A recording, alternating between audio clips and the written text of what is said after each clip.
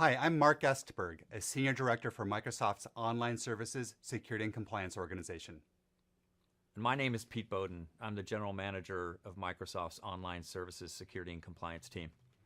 Today, Pete and I would like to share some of our strategies around securing Microsoft's cloud infrastructure. Pete, can you talk a little bit about the threats that are facing both the cloud industry and customers as they use cloud services? So we've certainly seen a rise in the frequency of attacks over the past several years as motivated attackers and the techniques become more available to a larger number of folks around the world. In addition to that, the sophistication of those attacks is elevated as well, with very motivated adversaries that are looking for personnel data, financial data, and other valuable assets, both in the cloud and at enterprises around the world. One of the great advantages as a cloud provider we have is that we can apply updates, security updates, very rapidly across our infrastructure, much more so than a typical heterogeneous enterprise could apply, and that really helps us be responsive to those attacks. But talk a little bit about the regulatory environment, Mark. There's a lot going on in that space, and I think it's fascinating to consider what that means to cloud providers and customers. There are a couple aspects of it. One is regulations are really trying to encompass some of the security capabilities that should be expected of any cloud provider to allow for safe and trustworthy cloud computing. The other aspect of that is to address some of the privacy concerns that we've all been reading about in the press. So Microsoft has spent a lot of time focusing on ensuring that we can allow our systems to have encrypted data to ensure that we can verify those systems are operated in the right way. So Mark, talk a little bit more about the system that provides that trustworthiness to customers. The system that we run, Pete, is really focused on customer needs. And what we do at Microsoft is we look at our customer requirements for the industries and geographies that they operate in. We look at the regulations that apply. Plus, we put on top of that the business requirements that Microsoft has to run as a secure and trustworthy organization.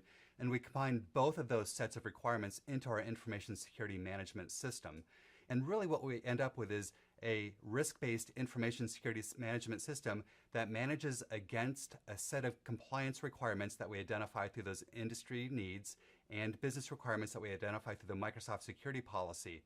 We operate those, what we call control objectives, across the company, and we measure our effectiveness of those controls through both internal and external audits. Those external audits are very important because we're able to take those, have those done by a trusted third party, and share those results with the customers.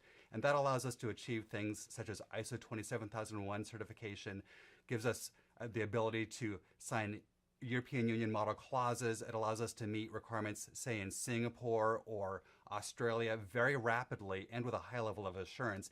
Can you talk a little bit about some of the benefits Microsoft sees at operating at such a large scale?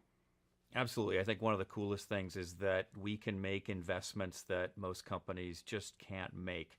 And in addition to the hardware and software that we bring to bear, we have literally hundreds of the world's top experts in security working on these problems here at Microsoft. The second thing is the point that we talked about earlier. The cloud allows us to apply updates and changes very, very rapidly, which enables super fast response to some of the world's most difficult threats. We've done a lot of work this year on encryption, so now all data that moves from any facility of ours to any other facility of ours is encrypted en route. In addition to that, we've got strict access controls in place, so once that data is inside of our network, we know who has access to it. We audit those things. Those controls are part of our compliance attestations, and we have third parties in here verifying that we do exactly what we say we do. And I think the last thing I'd say is we've got some very unique assets here at Microsoft, like the Digital Crimes Unit and the Malware Protection Center, and we get the benefit of all the work they're doing around the ecosystem and apply that to protecting customers and their data. That's a really powerful combination, I think. And so, Pete, what else do you see evolving in the future with cloud security and compliance? First is really the proliferation of regulatory standards around the world. It's going to take some time for us to, as a industry, rationalize that and bring that under control. Those things are changing very rapidly. Secondly, there's advances in technology, and I think two main examples come to mind. First is this transition from heavy physical security control like locks and cameras and the doors that provide access control to physical assets, are now moving into logical controls like encryption and better monitoring and auditing. And the second main technology trend around that we see happening is this gravitation of security control away from the application down to the platform. So a great example would be antivirus, anti-malware technology. And that really allows our customers to do less of the security heavy lifting and rely more upon the cloud assets that we bring to bear.